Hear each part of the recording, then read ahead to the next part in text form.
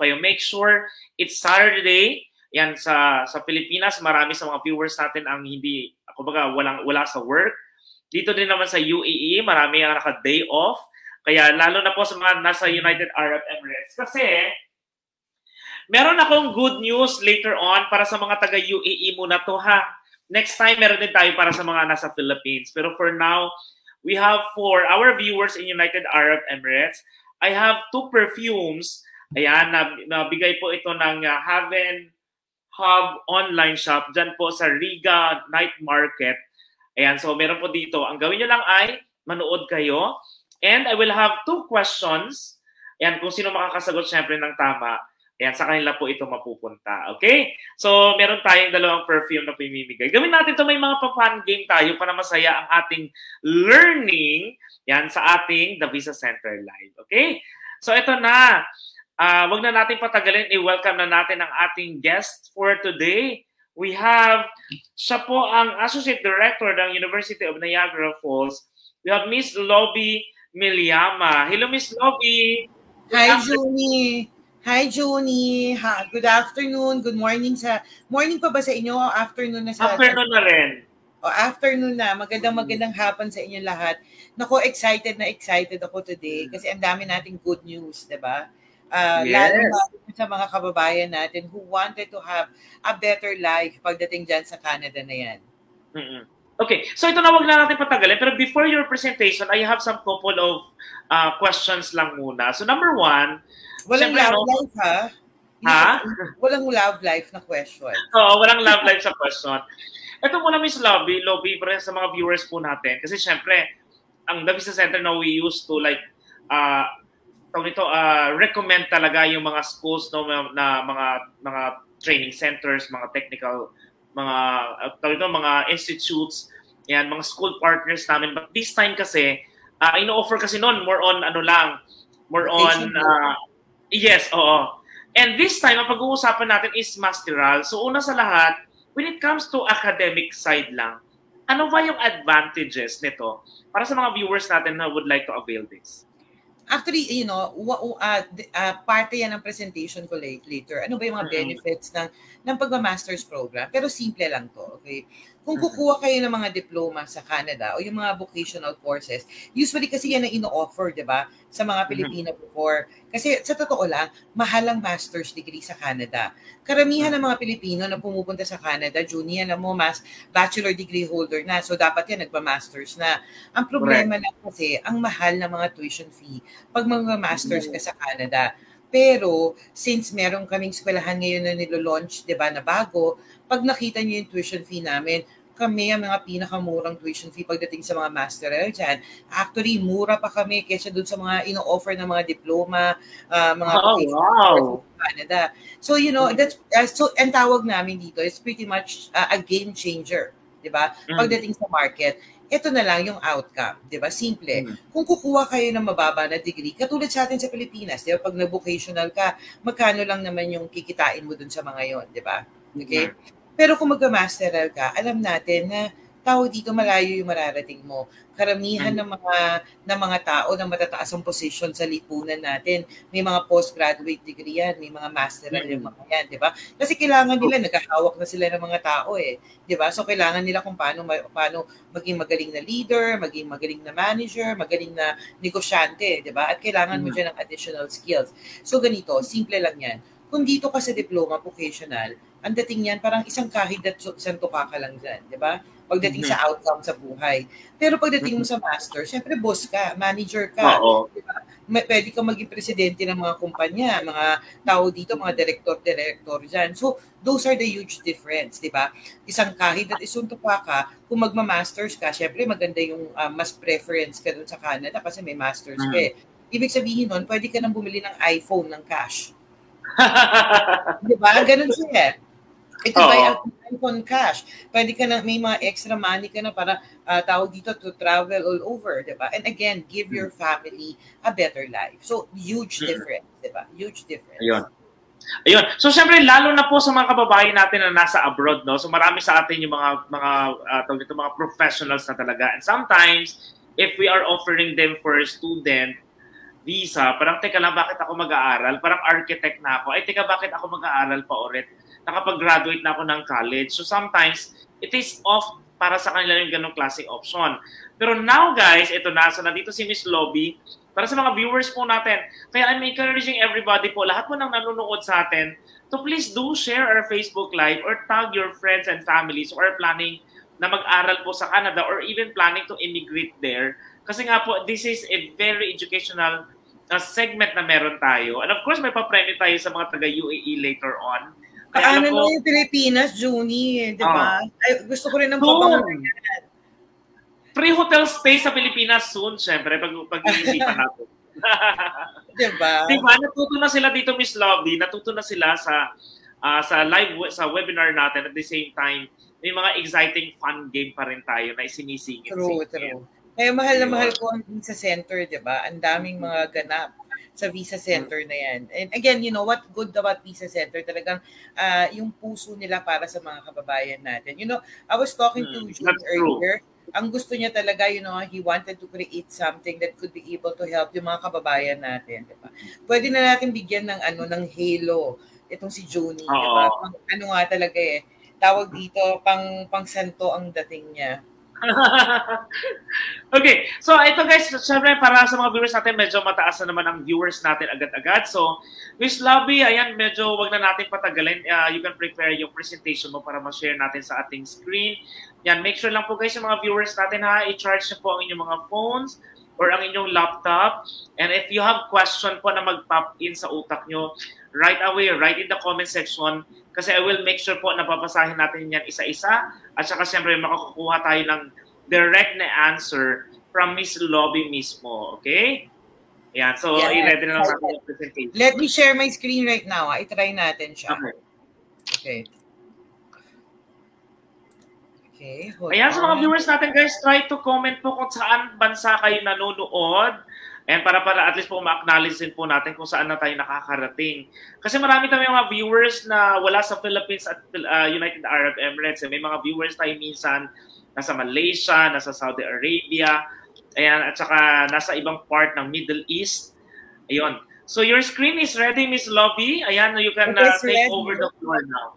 Naiingit naman sa mga bansa na mga na binanggit mo, Malaysia. I love Malaysia. Malaysia is my second home. Saudi Arabia, the best fooder is, diba? By tao dito. And of course, yung mga tao sa UAE. At ang mga kababayan natin. Ako, hopefully, I could be able to see you sa lahat ng mga offices ng Visa Center sa buong Pilipinas. Ang dami-dami nila. Okay, let me start my presentations. Okay, go ahead po. I leave you sa screen. Okay. Yep. Pakilala ko muna sa inyo yung aking kumpanya. Alam nyo yung company ho namin ay ang Global University System. Alam nyo po, ang Global University System, we are considered as one of the biggest, if not the biggest, na educational provider sa buong mundo. Sa sobrang daming mga schools namin, nasa 100,000 plus na ang mga estudyante namin na galing sa 150 plus na bansa. Imagine niyo, mas daig pa namin si Miss Universe sa sobrang daming mga estudyante namin all over the world. Ganyan ka-global si Global University System. Okay? So let me introduce myself. My name is Lobby. I'm the Associate Director of University of Niagara Falls under Global University System. Okay? So ito naman, ito ang mga eskwelahan ng Global University System sa buong mundo. Makikita nyo, halos lahat ng continent may mga schools kami. Ganyan ho kami kabongga o ganyan kalaki. Sabi ko nga sa inyo, we're actually one of the biggest, if not the biggest educational provider in the whole world. Sa Asia, meron kaming India, Hong Kong, Israel. Pagdating naman sa Europe, ang dami namin eskwelahan dyan. May Germany kami, Israel, United Kingdom, France. We also have in Spain. So, ang dami-dami niya, di ba? At pagdating sa Amerika, North at South America, may mga schools kami dyan.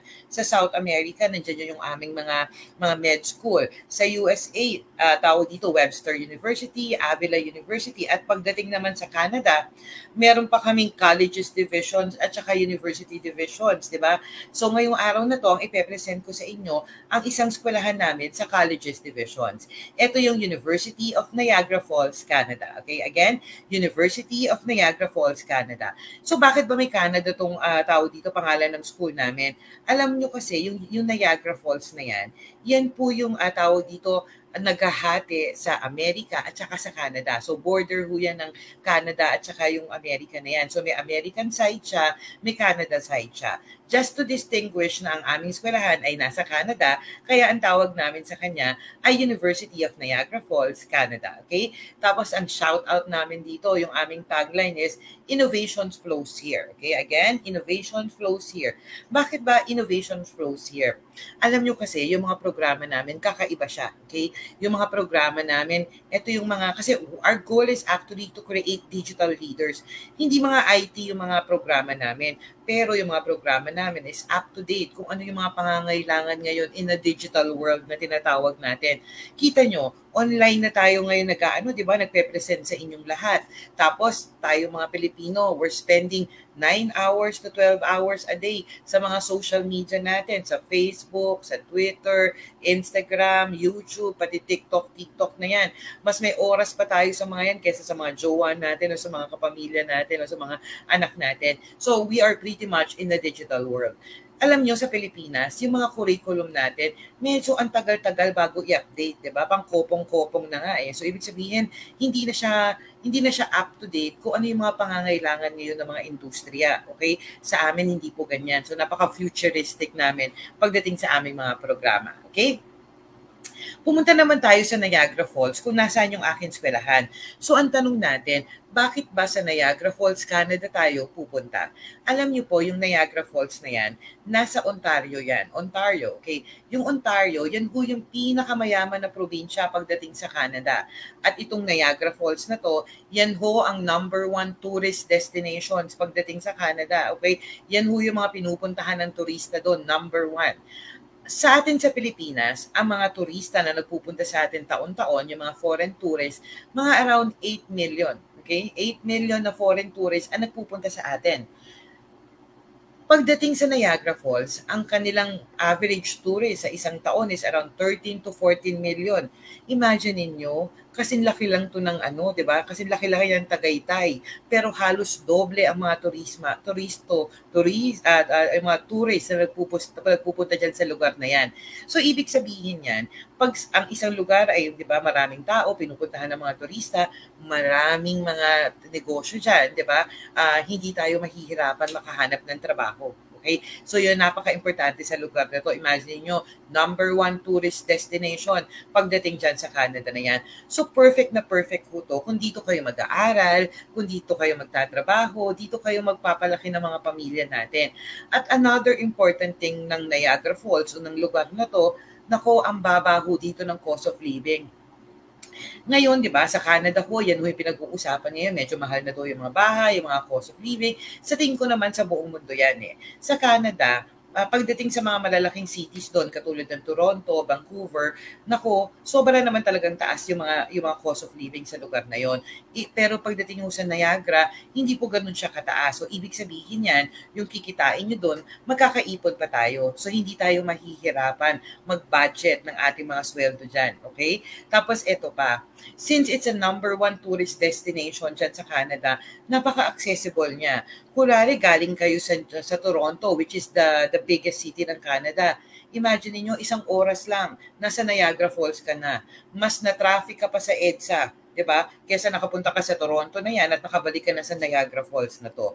Tapos sa American side, alam niyo ba kung gaano lang kalayo yung eskwelahan namin papunta dun sa American side? 10 minutes lang, nasa USA na kayo. So kaya kung meron kayong mga tourist visa sa Amerika o mag-a-apply kayo ng tourist visa, kahit na araw-araw pabalik-balik kayo dyan sa Amerika, kayang-kaya nyo. 10 minutes away lang, nasa USA na tayo. At ito pa, sa mga mahilig mag-shopping dyan, kikiligin kayo dito. Ang pinakamalaki, the biggest outlet shopping center sa buong Canada, nasa Niagara Falls yan.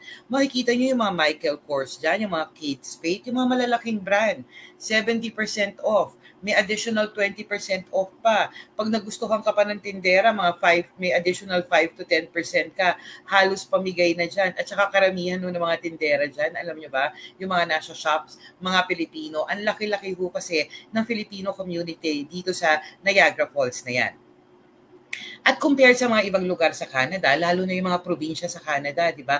Ito, ang daming ganap sa lugar na to. Hindi kayo maboboard. Sa mga probinsya doon, ang kausap nyo, lamok, di ba? Kausap nyo doon yung mga yellow at saka yung snow o yung mga puno-puno doon. Eh dito po, di ba, everyday may mga festival, may mga event o may mga ganap-ganap. Kasi nga number 1 tourist destination yan pagdating sa Canada.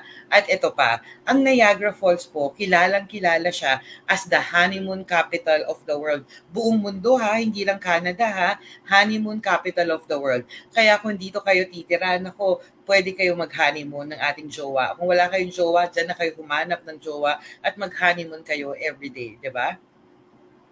Pumunta naman tayo sa aming eskwelahan, ang University of Niagara Falls. So bakit ba tayo mag-aaral sa ating school, di ba? Compare sa ibang mga eskwelahan dyan sa Canada. Unang-una, ang napaka-importante pagdating sa isang eskwelahan, lalo na sa isang international student, yung ating locations. Ang location ho namin, nasa downtown area kami o kaya nasa city ho kami ng Niagara Falls. Pag nasa downtown area ka kasi, nakapalibot sa inyo yung mga pinakamalalaking kumpanya dyan sa locations na yan. So hindi kayo mahihirapan makahanap ng trabaho. Walking distance lang yung mga jobs natin. Okay? Tapos pangalawa, accessibility. Diba? Napaka-importante yan. Madali bang puntahan yung lugar na yan?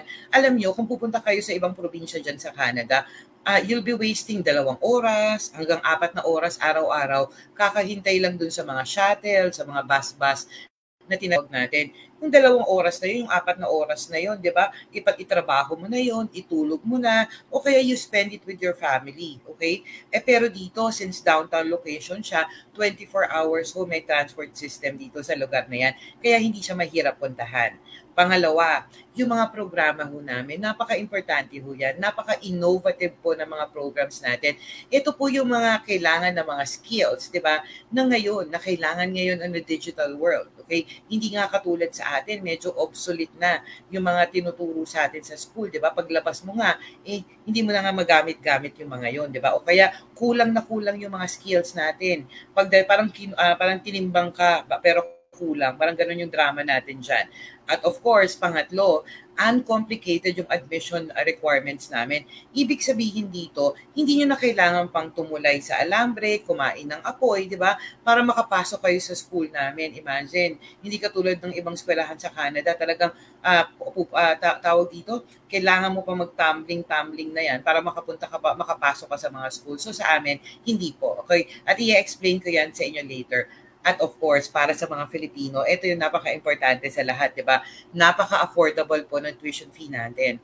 Nag-uusap na, katulad ng minention namin kanina ni Junie, di ba? Sabi namin, yung mga programa ho namin, nako, wala kayong makikita na ganyan kababang tuition fee pagdating sa mga programa namin dyan sa Canada na yan. So, ang laki-laki po na magiging savings natin. At etong huli na to, ito yung napaka-importante para sa mga Pilipino.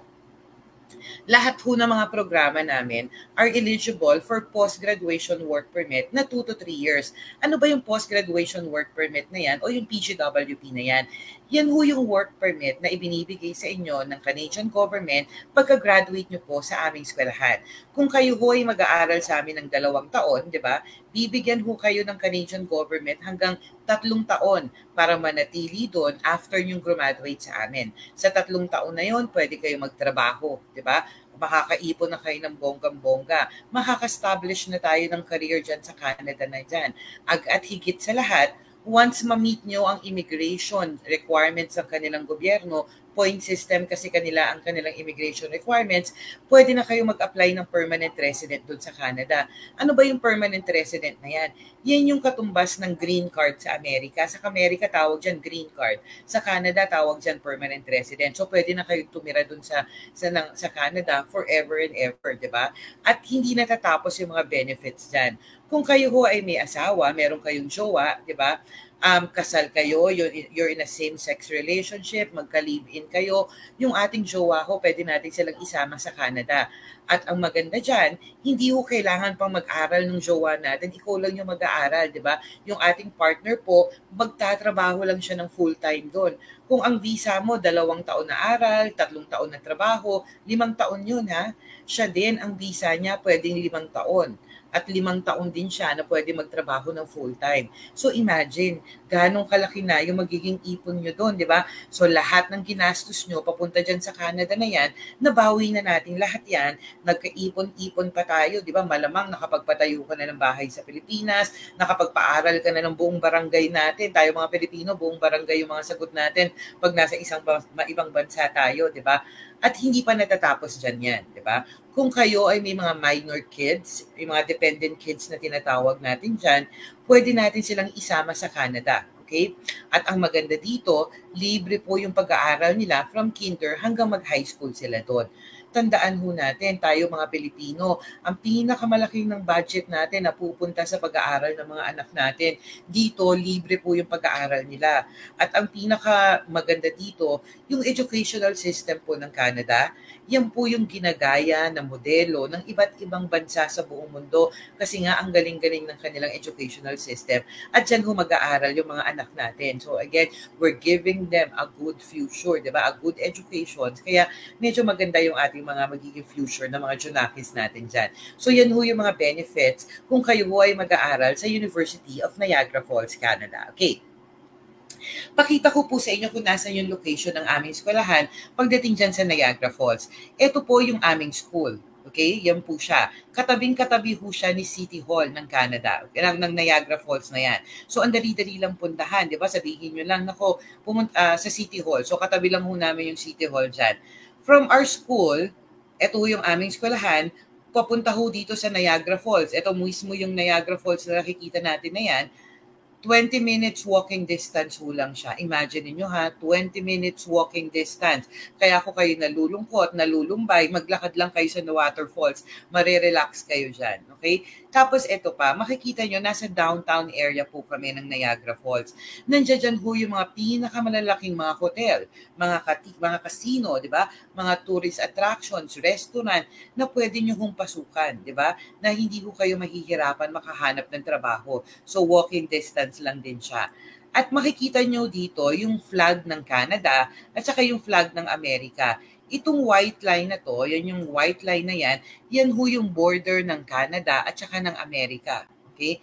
May tinatawag tayo dyan na rainbow bridges. So ano ba yung rainbow bridges na yan? Mga 4 hanggang 5 yata yung rainbow bridges na yan. Okay? Yan po yung nagko-connect sa Canada at saka sa Amerika. Alam nyo, galing sa aming school, papunta sa mga rainbow bridges na yan, 5 to 10 minutes lang siya. Imagine, 5 to 10 minutes. Kaya nga sabi ko sa inyo, kung meron kayong tourist visa, kukuha kayo ng tourist visa doon, pwede na kayong mag-araw-araw na lumipat sa Amerika, di ba? Ang katabing-katabi ho natin na border is New York na, okay? So, New York border, yung upstate New York na tinatawag natin na yan, okay? So, ano ba yung mga programa na ino-offer namin sa University of Niagara Falls, Canada? Meron ho kaming mga graduate programs, okay? Ito yung mga master's degree na tinatawag natin na perfect sa mga Filipino. Alam nyo, karamihan ho ng mga Filipino na pumupunta sa Canada, bachelor degree holder na. Okay? Kaya perfect na perfect ho to para sa inyo.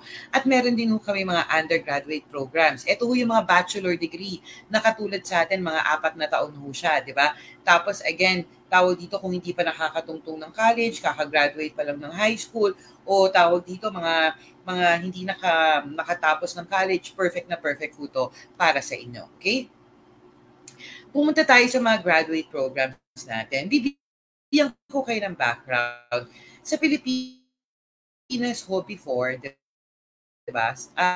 Tawag dito nung wala pa kami dun sa market, sabi ko nga sa inyo kanina, ang kinukuha ho ng mga kababayan natin ay yung mga diploma program, graduate certificate, mga graduate diploma. Ang problema ho dun sa mga yon, puno mga diploma, puno mga vocational program ho siya. So, bachelor degree ka na, tapos bababa ka sa diploma programs. Kasi sila ho yung mura dati. Tayo ng skills, makapag-upgrade tayo ng skills na mas mura pa ho compared dun sa mga ino-offer ng ibang eskwelahan sa Canada. Okay. So, pwede na tayo mag-master's degree doon. Okay. At kung mga benefits, di ba? Ano ba yung mga benefits kung kukuha kayo ng mga master's degree dyan sa Canada na yan? Okay. compare dun sa mga diploma o dun sa mga vocational course na nakagawian na ng mga Pilipino, okay, ng mga kababayan natin. Unang-una ho, mas mataas ho yung mga sweldo ng mga nakatapos ng master's degree sa Canada. Mga 26% to 100% higher ho yan compare sa mga kumuha ng mga vocational courses na katulad ng diploma, mga graduate certificate na yan, o yung mga postgraduate diploma na tinatawag natin. Again, una, 26 to 100% higher. Imagine niyo ang taas ho ng sweldo natin dyan. Okay. Pangalawa, advancement of opportunities. Alam niyo ho, kung kayo ho ay kukuha ng mga diploma nga, tawag dito yung mga vocational na yan, pag graduate niyo ho sa Canada, ang entry niyo po sa job market, entry level positions, 'di ba? Kasi nga diploma yan, vocational yan. So entry level ka. So ang sweldo mo rin entry level. Okay? Pero ho, kung kayo ho ay bachelor degree holder na, tapos nag-masters kayo sa Canada, syempre po yung mga masteral degree na yan, tinuturuan tayo kung paano paano maging leader, paano maging manager na tinatawag natin na yan. So ibig sabihin yan, pagka-graduate nyo sa amin, pwede na ho na kayo o qualified na kayo na mag-apply ng supervisory position o yung mga management position dyan sa Canada. So hindi na kayo babalik sa zero. Ito yung sinasabi ko sa inyo kanina na tawag dito na gusto nyo ba kayo yung uutusan o gusto nyo kayo yung mag-uutos, di ba? Kasi kayo yung boss dun sa kumpanya na yan, okay? So two things. That is the reasons why pag graduate kayo ng master's degree, qualified na kayong kumuha ng mga management position, kaya mas mataas na ho yung pwede natin maging sweldo kesa ho dun sa mga kumukuha ng mga diploma na yan o yung mga vocational program sa Canada, okay? Tapos, competitive advantages. Siyempre naman, kunwari ikaw ho yung may-ari ng isang kumpanya o ikaw yung HR ng isang kumpanya, meron kang isang position na kailangan mong lagyan ng tao, di ba? Meron kang 3 aplikante. Yung isa naka-diploma, naka-vocational sa Canada, yung pangalawa naka-bachelor degree doon, yung pangatlo naka-masteral. Sino yung pipiliin mo? Siyempre naman, di ba, you wanted someone with a master's degree. Kasi nga may additional skills yan, may additional knowledge yan o kaalaman, di ba? So hindi ka na mahihirapan pa. At tandaan natin, pagdating sa promotions, sa mga kumpanya, kahit dito sa atin sa Pilipinas, ang nauuna na promote yung may mga master's degree kaysa doon sa mga lalo na compare doon sa mga diploma na yan. Pangalawa, yung may mga bachelor degree yung mga pinopromote natin, di ba? So competitive advantages. Pagdating sa hiring, mas priority ka doon sa Canada. Pang-apat, pagdating sa promotions, ikaw din yung priority, di ba? Pagdating doon sa mga company na papasukan mo doon. Tapos, networking opportunities. Ito napaka-importante dito sa Canada. Alam nyo, mga libo-libo ng mga estudyante ang nag-aaral sa mga schools namin, yung mga Pilipino na lumipad doon sa Canada. Tawag dito, nakakausap namin sila, di ba? Nakakakamusta namin. Natatanong namin yung mga trabaho nila, kung paano nila nahanap yung mga trabaho nila dyan sa Canada na yan. Usually, karamihan sa kanila, ang sinasabi, ni-refer ako ng kakilala ko, ni-refer ako ng tita ko, ng mga kamag-anak ko, o yung mga ka-network ko. Sa Canada ko, yung network na yan, yung mga kakilala nyo, napaka-importante ho yan pagdating sa mga opportunities doon. At ito pa, di ba? Tandaan natin, yung mga kumukuha ng mga masters, yan yung may mga pangarap sa buhay. Yan yung may gustong marating. Karamihan ng mga nagmamasters, yan ang gustong maging presidente ng mga kumpanya, maging direktor, maging vice president ng mga company. Yan ho yung magiging kaklase natin, yung mga tao na may gustong marating sa buhay. Sabi nga nila, tell me who your friends are and I'm gonna tell you who you are. Diba? Kung ang mga barkada mo o yung mga ka-network mo, yung sinasabi, pwede na, okay na sa akin to, di ba? Pwede na tong ganito. Yun na rin yung nakakahawa yung ganun eh.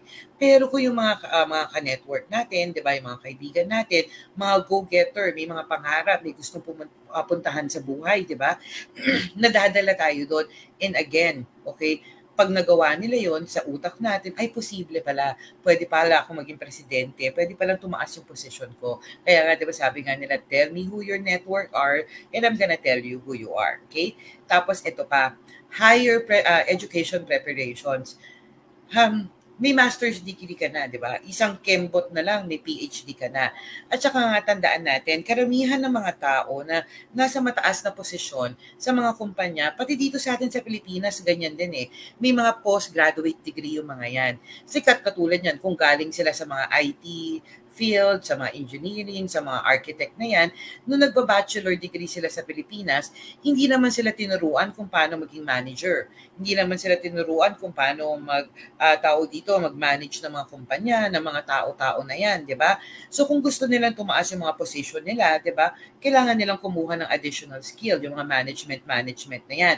Kaya, di ba, ang pwede lang naman na tawag dito, na pwede sa mga ganyan, di ba? Yung may mga may mga masteral degree, may mga PhD na tinatawag natin dyan. At sabi ko nga sa inyo, sila ho yung priority pagdating sa mga promotion sa mga kumpanya, di ba? Okay? Tapos pang-anim, improve personal development. Kaya nga tayo nagma-masters, di ba? Kasi nga gusto natin ng, additional knowledge, additional skills, di ba? Yan ang tinuturo doon eh. That pretty much differentiate us, di ba? Compared dun sa ibang mga kasama natin dyan sa mga kumpanya na yan. Tapos ito pa, syempre kung may master's degree ka na, may additional letter ka na sa pangalan mo. Diba? Doon sa mga calling card natin, sa business card, sa mga tao dito, resumes mo, pati yung pagpapakilala sa iyo, diba? May master degree ang mga yan. So nakakatagdag yan ng confidence sa atin, okay? Tapos ito pa, ito yung I think one of the most important key component ng master's degree, the ability to change career. Alam nyo kasi, pag nasa management position ka na, diba? May mga management skill na tayo na tinatawag, tawag dito, hindi na pinag-uusapan dyan kung anong industriya ka galing. Ang pinag-uusapan na dyan, magaling ka ba na leader? Magaling ka ba mag-manage ng tao? Magaling ka mag-manage ng negosyo, di ba? So wala nang pakialam dyan kasi nga, ang labanan na dito, kung ganong kagaling ka na manager. So ibig sabihin na to, pwede na tayong lumipat kahit anong industriya. Kasi napatunayan na natin na magaling tayo na manager, di ba? So it opens the whole universe sa atin pagdating sa ating mga career. Pang-apat, okay, enhance credibility. Diba? Pag may master's degree ka na, kino-consider ka na as an expert doon sa mga industriya na yan. Okay? Actually, nadadagdagan yung mga respeto sa atin, tsaka yung credibilidad nga natin. Even sa ating pamilya, diba? Yung nanay natin, yung mga kapatid natin, mga kamag-anak natin, mga kaibigan natin, pati yung mga kasama natin sa trabaho, pag nalaman nila may master's degree ka, diba? Ibang level na yung dating nila. Grabe na yung respeto. Pero, alam nyo, ito yung, I think, the last point. Bakit kayo kukuha ng master's degree sa Canada kung gusto nyo maging permanent resident doon? Okay? Alam nyo, kung kukuha kayo ng mga diploma o mga vocational lang dyan sa Canada, may mga points yan di ba? Sa Canada kasi, kung gusto nyo maging permanent resident doon, you have to meet yung mga immigration points na tinatawag nila.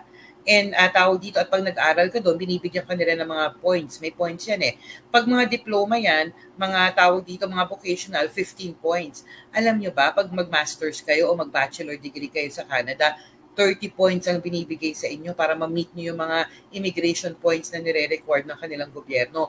And what you could do is actually talk to Visa Center para ma-explain sa inyo to ng mahabang-mahaba. Di ba? Kasi bawal ako mag-explain or mag-expound ng ganyan ng bonggang-bongga. So sila yung mag-explain sa inyo bakit master at gaano ka-importante yung 30 points na yan. Kasi tandaan nyo, pag mas mataas yung points nyo, di ba, mas madali nyo ma-reach yung mga points requirements para makapag-apply kayo ng permanent resident dyan sa Canada. I'm telling you, mahirap makuha yung mga points na yan. Okay? Tapos gumawa ako ng graph, di ba? Magkano ba yung mga entry-level salary natin? Depende kung anong college level ang kinuha natin doon, yung mga college level program. Makikita nyo dito, kung kukuha kayo ng certificate o tsaka ng mga diploma dyan sa Canada na yan, ito yung mga vocational courses ang ating entry-level salary, 35,000 Canadian dollars sa isang taon. Okay? Kung ikaw naman ay bachelor degree holder, 42,000 pataas ang pwede natin maging sweldo, yung entry-level salary natin. Pero makikita nyo dito, kung ikaw ay nag-master's degree, may bachelor degree ka na, kumuha ka ng master's degree sa Canada, 65,000 to 70,000 Canadian dollars ang pwede nyong kitain sa isang taon, di ba? Entry-level salary lang yan ng master's degree. doble po, 'di ba, ang kikitain nyo sa master degree compare sa kukuha kayo ng mga diploma sa Canada. Kaya nga, 'di ba, sabi ko sa inyo, napaka-importante kung kayo ay bachelor degree na, huwag na kayo mag-downgrade sa mga diploma, 'di ba? Hindi niyo na kailangan niya o sa mga vocational, mag-top up na kayo kasi nga diyan nakasalalay yung magiging future nyo sa Canada. Ano ba? Gusto nyo isang kahig o isang tuka kayo doon? O gusto nyo makabili kayo ng iPhone ng cash? Diba? So yan yung napaka-importante sa lahat. Gusto nyo ba mabigyan ng magandang kinabukasan yung mga anak natin, mga kamag-anak natin, makapagpadala pa kayo ng pera sa mga kamag-anak natin sa Pilipinas? So that's the difference between kung anong programa yung kukuhanin nyo sa Canada. Okay? So hope it pretty much open your eyes kung gaano ka-importante na nagta-top up tayo ng skills o nag-upgrade tayo ng skills pagdating dyan sa Canada na yan. Okay? So pumunta na tayo sa mga programa na ino-offer namin. Okay? Itong programa na to, perfect to basta sa bawat isa sa inyo, basta bachelor degree holder kayo. Kahit ano ho yung background nyo, kung kayo ay isang police, teacher, sundalo, tawag dito, HRM kayo, di ba? Tawag IT kayo, doktor, nurse tayo dyan, engineer ka, pwede ko kayong kumuha ng Masters of Management. Kasi nga, di ba yung Masters of Management na to, tinuturuan kayo kung paano mag-manage ng tao, manage ng kumpanya, ng negosyo, paano mag-manage ng mga proyekto na yan, o yung mga project na tinatawag natin. Tandaan natin, di ba? Katulad ng nurse, katulad ng mga doktor, nung nag-bachelor degree nga sila, hindi nga sila tinuruan kung paano mag-manage, di ba, ng mga tao. Paano kung gusto nilang tumaas yung position nila sa ospital, maging head ng department, head ng unit, di ba? Maging director ng ospital na yan, kailangan nila ng management skill, di ba? Kasi nga wala naman tinuro sa kanila kung paano maging maayos na leader o maayos na manager. Kaya pareho lang dito sa mga IT, sa mga doktor, ay sa mga teacher, sa mga police, sundalo na yan, lahat ho pwedeng kumuha ng Masters of Management. So again, kahit ano ho yung background natin, pwede ho tayong kumuha ng Masters of Management. At ito pa, meron kaming dalawang specialization. One is emerging technology. Pangalawa, entrepreneurship. Paano naman kung ikaw may master's degree na? 'Di ba? Paano naman kung may PhD ka na? O kaya, tawag dito, pwede ka pa ba mag-apply ng Masters of Management namin? Siyempre naman. Kasi nga, pwede kayo mamili ng specialization. Una, emerging technology. Di ba, sabi ko nga sa inyo sa Pilipinas, yung mga curriculum natin dito, pang kopong-kopong na, hindi updated sa mga digital needs ng mga employer sa buong mundo. Di ba? Dito ho, pwede yung sabihin na, kakaiba ho yung curriculum namin compare sa mga curriculum sa Pilipinas. Kaya perfect ho to kahit kanino. Tapos entrepreneurship, may negosyo ka, sari-sari store ka, nagbabayan sell ka, IT ka, gusto mo magtayo ng sarili mong kumpanya, engineer ka, syempre, marunong ka mag-engineer pero hindi ka naman marunong magnegosyo, di ba? Tawag dito, so kahit sino ho, pwedeng kumuha ng entrepreneurship. It's either may negosyo na kayo o magtatayo kayo ng negosyo pa in the future. So again, dalawa ho yung choices natin. Pumunta naman tayo sa magkano. Sabi ko nga sa inyo kanina, kami ho yung may pinakamababang tuition fee pagdating sa mga programa na ino-offer namin dito. Wala kayong makikita na ganyang kababang tuition fee sa Canada. Ang tuition fee ho namin sa 2 taon na programa namin is 31,000 Canadian dollars. Alam niyo ba yung 31,000 na yan? Compare mo ho sa ibang university sa Canada, ang per year, isang taon lang ho yan, di ba? Sa kanila ho, 30,000 per year. Kami ho, 30,000, 2 taon na ho yan. Tapos all-in na. Kasama na yung mga insurance yan, yung mga miscellaneous fees na tinatawag natin. Kaya nga sabi ko sa inyo, 50% ho na mas mura kami compare sa mga ibang eskwelahan dyan na nag-o-offer ng master's degree. Pumunta naman tayo dun sa mga nag-o-offer ng mga vocational. Karamihan ho dito sa atin, ino-offer, baka kinukuha ng mga kababayan natin sa Canada vocational program, di ba? Tawag dito, yung mga diploma na yan, graduate certificate, graduate diploma, mga vocational program yung mga yan, okay? Ang tuition fee nila, di ba, na binabayaran natin, mga around 16,000 hanggang 22,000 sa isang taon. Imagine, average yun na 16,000 to 22,000 sa isang taon. Alam niyo ba kung magkano lang kami? Magkano lang kami? 15,600. mas mura pa ho na mag-master's degree kayo kaysa kumuha kayo ng mga diploma, ng mga vocational course sa Canada. Kaya kayo, kung may bachelor degree na kayo, make sure, di ba, na nagta-top up ho tayo ng skills natin, nag-upgrade ho tayo sa master's. Sabi ko nga sa inyo, di ba, 100% higher ang sweldo natin kaysa sa mga diploma na yan. Pangalawa, mas iko yung preference ng mga kumpanya doon, di ba, na i-hire kaysa doon sa naka-bachelor degree, kaysa doon sa mga naka-diploma na yan. Tawag dito, pangalawa, the difference between ikaw yung uutusan o ikaw yung mag-uutos, di ba? Entry level ka ba o papasok ka sa workforce as a manager dun sa Canada? Lalong-lalo na kung managerial position na yung mga trabaho mo sa ibang bansa o dito sa atin sa Pilipinas, ang hirap bumalik sa zero. And of course, sabi ko nga sa inyo kanina, syempre kaya nga kayo pupunta dun, di ba? Gusto nyong mag-apply ng permanent resident o magka-green card na dyan sa Canada na yan. So dito, mas mataas po yung points ng master's kaysa sa mga diploma programs na yan. Okay? At pumunta naman tayo, kailangan nyo ba siyang bayaran yung tuition fee natin na isang taon na buo? Hindi nyo kailangan bayaran yung buo yung tuition fee nyo. Ang babayaran nyo lang po sa amin, isang semester muna. Okay? 1 sem muna. Yung mga natitira dyan na mga tuition fee nyo sa susunod na term, kung ano yung kinita nyo sa Canada, doon nyo na lang ibang bayad yung mga tuition fee nyo. Pero dito sa Pilipinas, ang ilalabas nyo lang ay 6,239. Okay? Ang maganda dito, hindi nyo naman kailangan ilabas agad-agad yung 6,000 na yan. Ang deposit lang mo na hinihingi ng school namin para magkaroon kayo ng LOA o yung letter of acceptance na pang-apply ho sa immigration ay 3,000 Canadian dollars. So 3,000 lang ho ha. 3,000 Canadian dollars yung mga taga-UAE dyan, kayang-kaya nyo to. 3,000 Canadian dollars, mag-apply na ho kayo ng visa. Pag nakuha nyo yung visa nyo, mga 1 buwan bago kayo lumipad sa Canada, saka nyo bayaran yung natitira na 3,239, di ba? So, hindi agad-agad maglalabas kayo ng bonggang-bongga.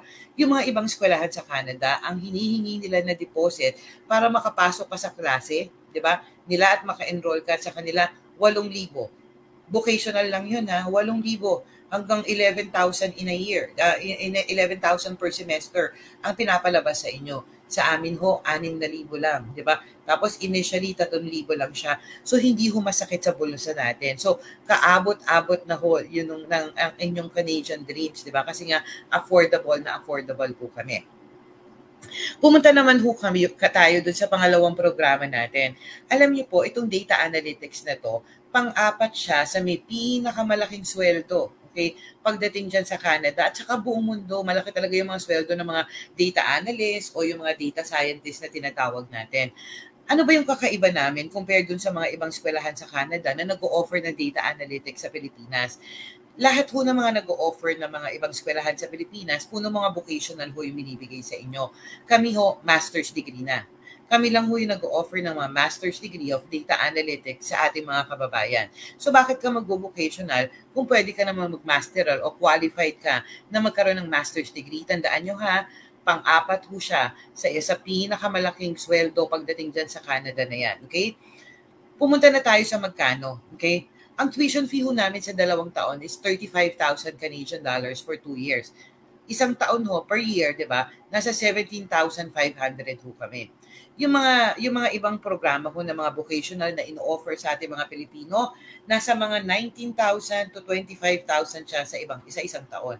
Imagine niyo ha, vocational ha, mas mahal pa siya sa amin. Tapos ito master's degree. Kung sumusweldo kayo na 100,000 dito, 'di ba? Sa mga tao dito vocational na 'yan, dito sa master's degree malamang mas doble pa ang pwede niyong sweldohin, 'di ba? Kasi nga naka-master's degree ka na. Tapos ang pasok mo na sa job market, 'di ba? Managerial positions or supervisory position na tayo. So huge difference po, okay? At kung kayo naman ay walang ganong kalaking pera, 'di ba? Dito kayo mamamangha. Ito po yung master's degree sa Canada na may pinakamababang tuition fee. Again, the master's degree na may pinakamababa ang tuition fee. Master of Arts in Digital Media at Global Communications. Again, Master of Arts in Digital Media at Global Communications. Alam nyo, social lang yung pangalan na yan. Pero alam nyo, ang tawag lang natin dyan, kung ano yung parehong programa sa Pilipinas, is digital marketing or digital business na tinatawag natin. Okay? Kaya kung gusto nyo mag-digital marketing sa Canada, ito po yung kuhanin natin. At ito ho ang may pinakamababa kami na tuition fee. Magkano siya? 28,749, 2 taon na ho yan. Okay? Lumalabas lang yan, 14,000, magkano lang to? 400 in a year. 14,400 in a year. Wala ho kayo makikita ng ganyang kababang tuition fee na master's. Okay? Master's degree na ho yan, ha? Yung mga diploma nga, magkano? Di ba? Yung mga vocational, nasa 15,000 to 22,000 sila sa iba. Okay, tapos eto pa. Pumunta tayo, magkano ba yung babayaran nyo para makapasok kayo sa klase na? Kumaga, diretso na kayo sa klase nito. 5,749. I-compare nyo sa iba, pinakamababaho na ho na ilalabas nyo. Initially, pagpunta dyan sa Canada, 8,000. Sa amin ho, 5,749. Ang laki ho ng difference niyan, almost 100,000 ho yung mga difference niya, di ba? So, ibig sabihin nito, hindi ho kayo maglalabas ng ganong kalaki. Ang deposit nga natin, 3,000 lang, di ba? Pag nakakuha na kayo ng visa sa Canada, ang ilalabas nyo na lang 2,700 Canadian dollars. Kayang-kaya ho natin yan. Okay, so again, ito ho ang may pinakamurang tuition fee. Kaya kung kayo ay medyo hindi ganun kalaki yung budget nyo, ito po yung kuhanin natin na programa. Okay, ano ba yung mga kailangan natin para makapag-apply ho kayo sa mga master's degree namin? Ang gawin nyo po, tawag dito, mag-submit ho kayo ng mga dokumento sa Visa Center. Sila na ho yung mag-a-apply sa aming school, diba? Sa aming website. Okay?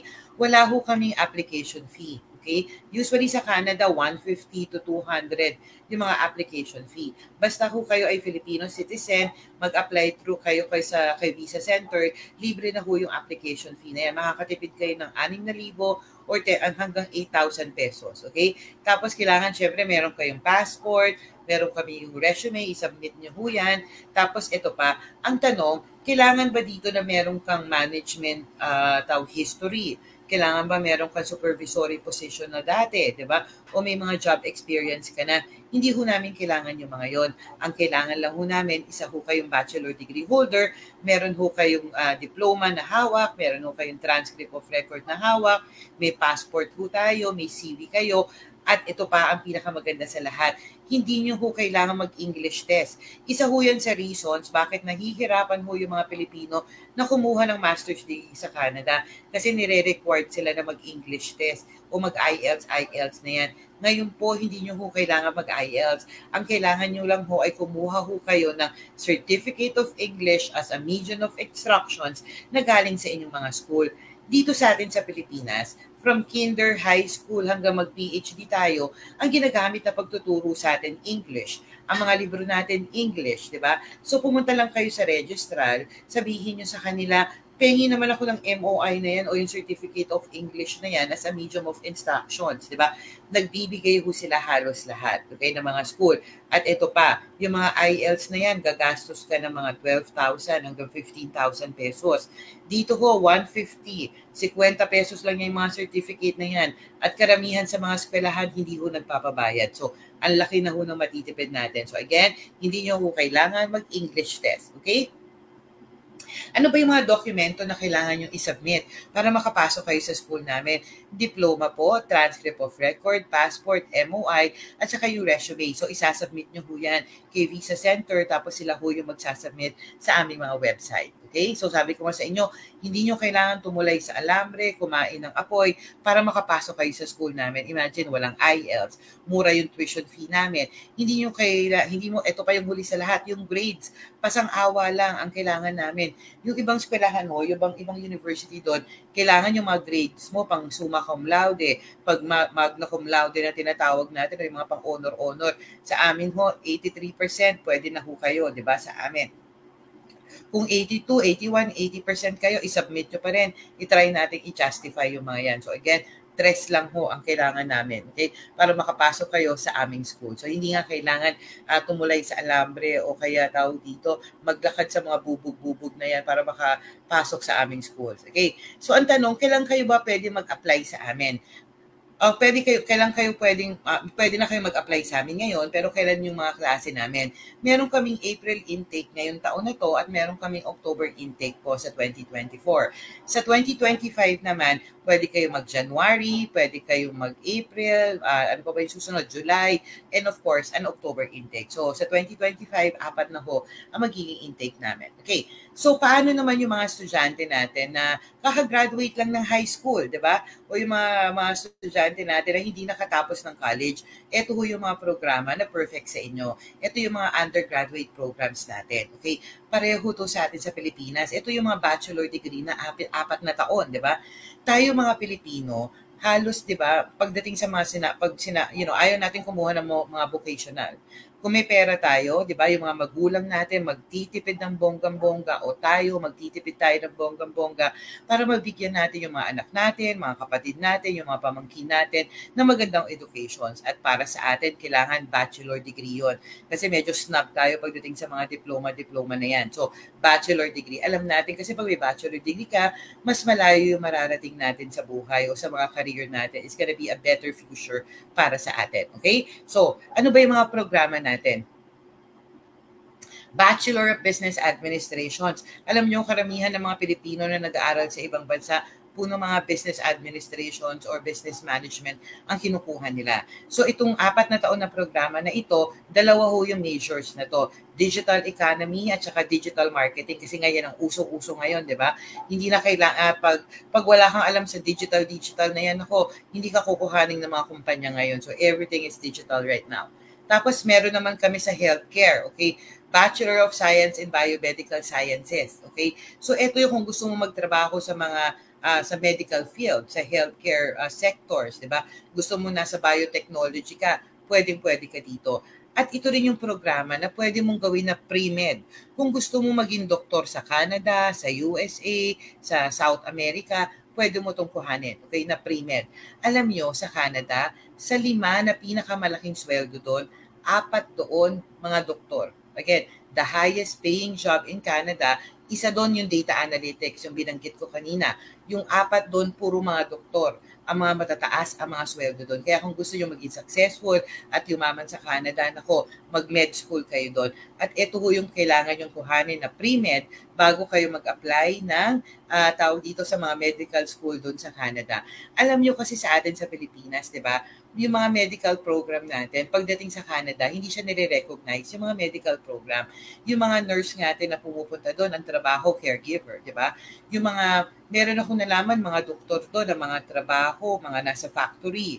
O kaya yung isa, mga nag-Uber, napanood ko yun sa YouTube eh. Kasi nga yung kung doktor ka sa Pilipinas, pagpunta mo sa Canada, hindi nire-recognize yung pagiging doktor mo doon, mag-aaral ka ulit, di ba? So dito, tawag dito, kung bakit, di ba, it's a good stepping stone kung gusto natin maging successful sa Canada. Kasi nga, yung sa amin, nire-recognize po yan doon sa Canada na yan. So, pumunta tayo sa tuition fee. Magkano ba yung mga tuition fee namin? Sa Bachelor of Business Administration po, 14,600 in a year. So, times 4 yan kasi 4 na taon. Alam niyo, mura na ho yan, di ba, compare sa mga ibang university sa Canada.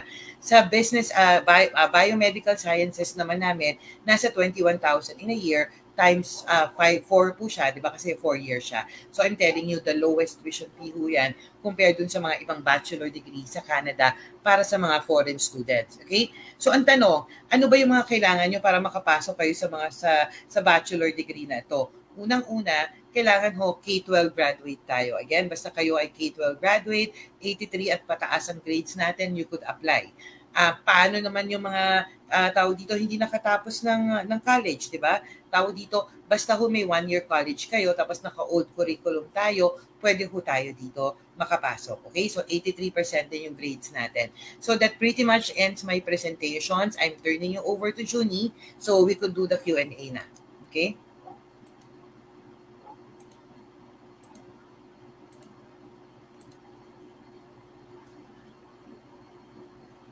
Okay, so we are back. Ayan, wait lang. Ayusin lang natin ang ating graphics. Ayan, para sa mga viewers po natin, ito na, pinakahihintay ng lahat. Siyempre, ang ating question and answer. Miss Lobby, una sa lahat, thank you so much muna for that presentation. Very detailed. Ang bongga ba? Oo. You know what? Sobra. Alam mo, pareho natin yan. Alam mo kami kay Junie, magkasundo kami. Kasi nga, di ba, we wanted to, you know, what you like about Junie, talaga prangka siya, tapos on point. Lagi siyang on point. Kung ano yung mga kailangan nyo, diretso, di ba? And that's what we wanted to do, di ba? We wanted to give you, yung walang chikadora, di ba? Walang mga, kung ano, palabok-palabok. Ito yung totoo. Ito yung nangyayari, di ba? Tawag dito, at ito yung mga better options para sa inyo. Okay, so ito nakita natin guys, no, yung difference, syempre, kapag masteral or nag-masters ka sa Canada, syempre, lahat naman tayo nag-i-invest, correct, sa education natin. But of course, alam natin na this is the best investment na meron ka. Kasi imagine after you graduated, ano yung naghihintay sa'yo? So when it comes to job positions, mas higher yung position mo. Plus, syempre yung salary, kasi mas higher yung position na po pwede mong applyan, mas malaki yung sasahurin mo. So as of now, ang conversion just to update lang yung mga viewers lang natin, Miss Lobby. Yung conversion guys ng Canadian dollar to Philippine peso is nasa 41.59. But yung mga nasa United Arab Emirates naman, ang value po niyan is nasa 2.74 UAE. Yan, just to give them an update para sa mga viewers natin. So, at least, titingnan po natin guys, ano muna yung mga advantages? Pahingahin muna natin ng konti si Miss Lovey kasi medyo mahaba-haba yung kanyang presentation para makapag-water muna siya or wine. Okay, number one, nag-aaral tayo simply because we wanted improvement, di ba? Doon sa ating profile.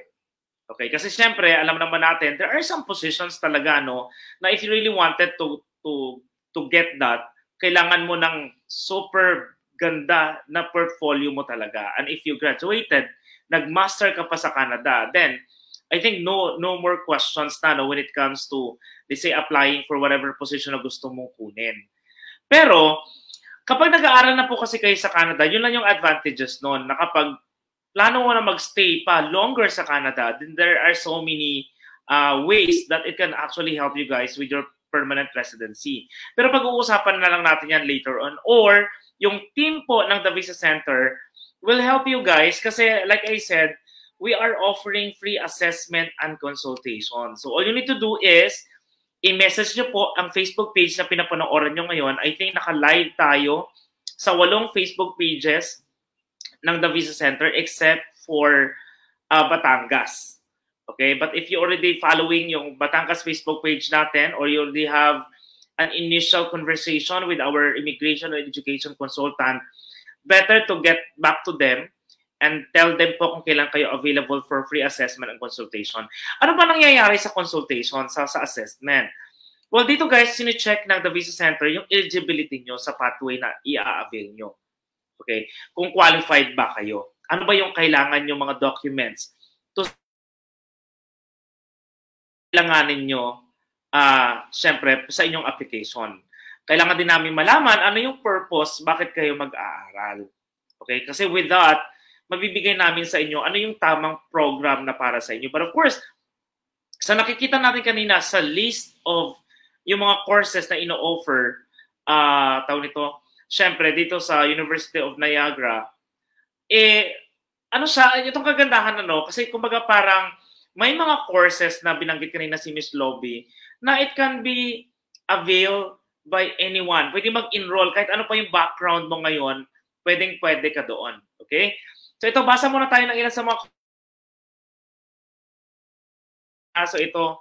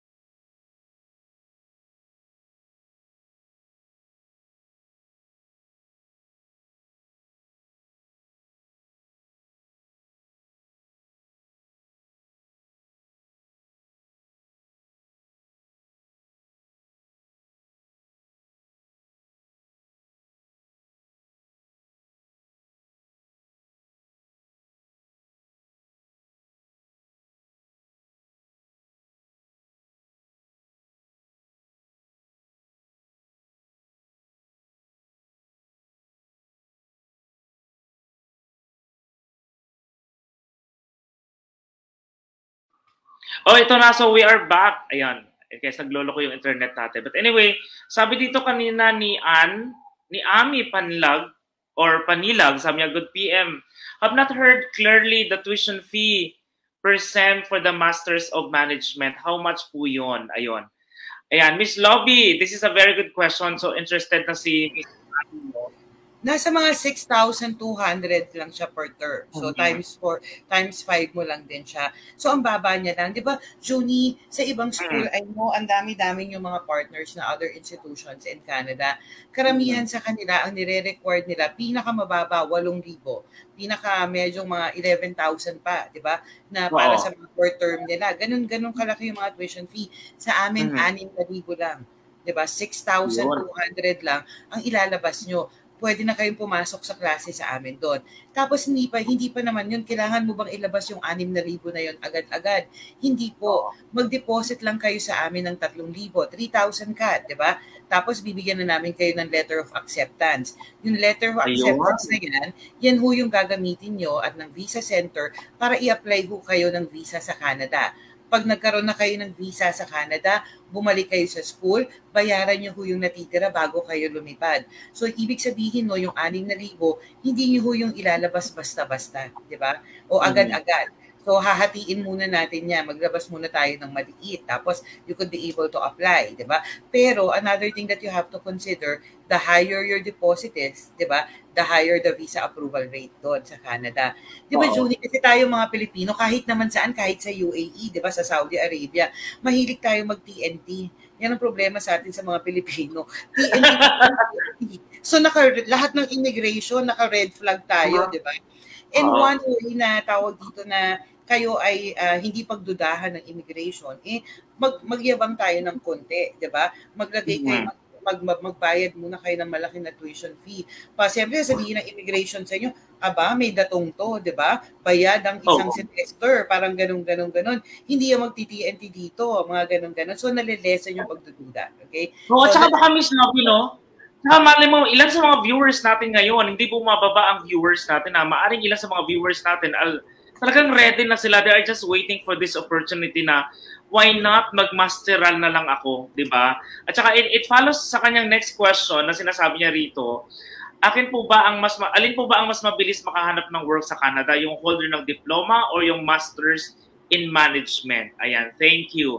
And Miss Lobby, kasi alam ko, you've been visiting, di ba, yung Canada mismo, ang daming connection mo doon personally and all. So, yun nga, this is a very good question. So, when it comes to getting a job, or yung pagdating sa hireable, okay, na profile, yun, mas okay ba na diploma lang or mas better talaga kapag naka-masters ka talaga? Sa akin, di ba, lahat naman tayo, katulad ako, nagsimula ako dun sa career ko, di ba, entry-level positions, di ba? Yung pasok natin dyan.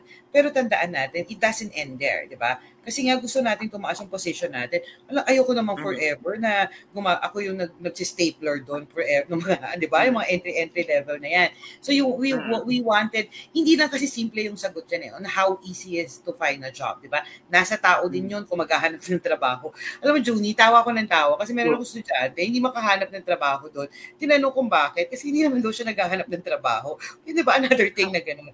Tapos, nahirap siya. Paano kung magkakatrabaho na hindi ka nakakahanap ng trabaho o hindi ka nagkahanap ng trabaho sa tamang kung saan ka nagkahanap ng trabaho. So maraming mga factor yan. Pero at the end of the day, kahit naman sa atin dito sa Pilipinas, di ba? In-explain ko nga sa inyo, ilagay mo yung position mo sa may-ari ng kumpanya. Di ba? O dun sa HR ng kumpanya. Sino yung i-hire mo? Yung naka-diploma o yung naka-masters o naka-bachelor? Di ba?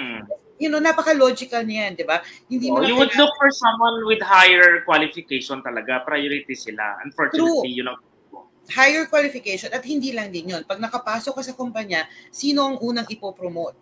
Yung may diploma na naka-vocational o yung naka-masters? Di ba? Yung master's degree, habang nag-aaral ka ng master's, iba't iba yung mga pinapasok sa utak mo ng mga skills o yung mga knowledge na yan, di ba? So, that's another thing pa. Yung network, di ba, Junie? Napaka-importante yung networking na yan. Tawag dito, karamihan sa Canada, yung mga estudyante natin, yung mga kakilala nila, yung mga nag-refer sa kanila. Okay? Siyempre, kung yung mga kakilala mo lahat diploma, di ang trabaho na i-refer sa iyo yung pang-diploma. Pero pag ang mga classmate mo, mga winner, gusto maging manager, di ba? Mga director doon sa kumpanya, siyempre i-refer ka doon sa mga director positions o doon sa mga management position na yan, di ba? Okay, so networking is also very important. So, ang dami-daming component yan at ang daming positive, what you call this, pagdating dyan sa mga masteral program na yan. At nakita naman natin yung sweldo, di ba? Huwag na natin ilagay yan sa Canada. Inilagay na lang natin yan sa UAE as well, di ba? Ilagay din natin yan sa Pilipinas setting. Okay? Sino ang i-hire mo rin dito, di ba? Sino yung alam natin pag may master degree yung mga yung mga kasama natin sa kumpanya, kinakabahan na tayo, di ba? Kasi alam natin, putek, pag na-promote to, ito ang unang-unang kukuhanin, di ba? Parang, that's pretty much... Pero Ms. Chloe, yung question natin kasi I know some of our viewers are mga regular viewers na natin, so we keep on mentioning kasi itong PGWP na kapag nag-aral sila ng 2 years course sa Canada, ayan, so parang automatic, kapag lalo na pang eligible yung course nila or yung school nila for PGWP. Okay, how about yung sa university version naman aside? Let's say, nag-take ako ng masteral degree dyan sa Canada. Talking about PGWP, pwede rin ba yan na makapag-extend ako ng another years? Alam nyo, ito yung perfect sa amin, di ba? Yung ibang eskwelahan, 2 taon sila para makakuha ka ng 2 to 3 years na PGWP. Yung programa ko namin, 1.5 taon lang. Okay? Pero ang post-graduation work permit niya o yung work permit na binibigay sa inyo pagka-graduate nyo, 2 to 3 years. Pero karamihan yan 3 taon, di ba? So, hindi na kayo magtatagal. So, ibig sabihin yun, basta ma-meet yung mga points kaagad-agad, pwede na kayo mag-apply na permanent resident doon. At saka, I don't wanna talk about, di ba, immigration pathway, okay? Papunta doon sa Canada kasi bawal sa akin yun. Pero ito yung goal. Pumunta kayo sa visa center, tanungin nyo sa kanila kung gaano ka-importante ang supervisory role. Okay? Sa pag-apply ng permanent resident sa Canada. Ano yan ha? Kung may management position ka, may supervisory role ka, ganong kalaki yung points nun sa ganong kabilis na maging permanent resident ka sa Canada. Binibigyan ko na kayo ng konting tips. Ayoko lang siya i-discuss kasi bawal sa akin. Mawawalan ako ng trabaho. Don't worry po. Yung team namin, again, like I said, dito nga po sa ticker natin, we are offering eligibility, assessment, and consultation. I-message nyo lang po ang team natin dyan. Ayan, kung saan mga Facebook page kayo nanonood. Ito, Ms. Lovie, I think I have to show this. Ayan, maraming natutuwa sa'yo. Si Ryan Ronel Baco, sabi niya, nice speaking, Ms. Lovie. Natatawa siya. Kasi nga, syempre, very casual yung pakikipag-usap. Diba? Yung mga Filipino viewers natin, pwedeng nila, parang tropa lang nila yung kausap nila. And another one from Lizelle Talion, sabi niya, wow, ang clear po ng pagpapaliwanag niyo. Good job po. Yan. Salamat, diba? Because we wanted to give you the best, di ba? And again, it's good that, sanay na kami ni Junie na may pag-usap sa isa't isa. And pareho nga din yung yung goal namin is to make it possible na, alam nyo, kahit naman ako, di ba, when I listen to this kind of webinar, tinutulugan ko di ba? Kasi yung mga, most of the people, hindi naman nag-i-impart ng tamang information, di ba? Nagbabasa lang, okay, mga information nila, hindi ko rin iintindihan di ba? So sa amin, as your host, di ba, today, as a guest as well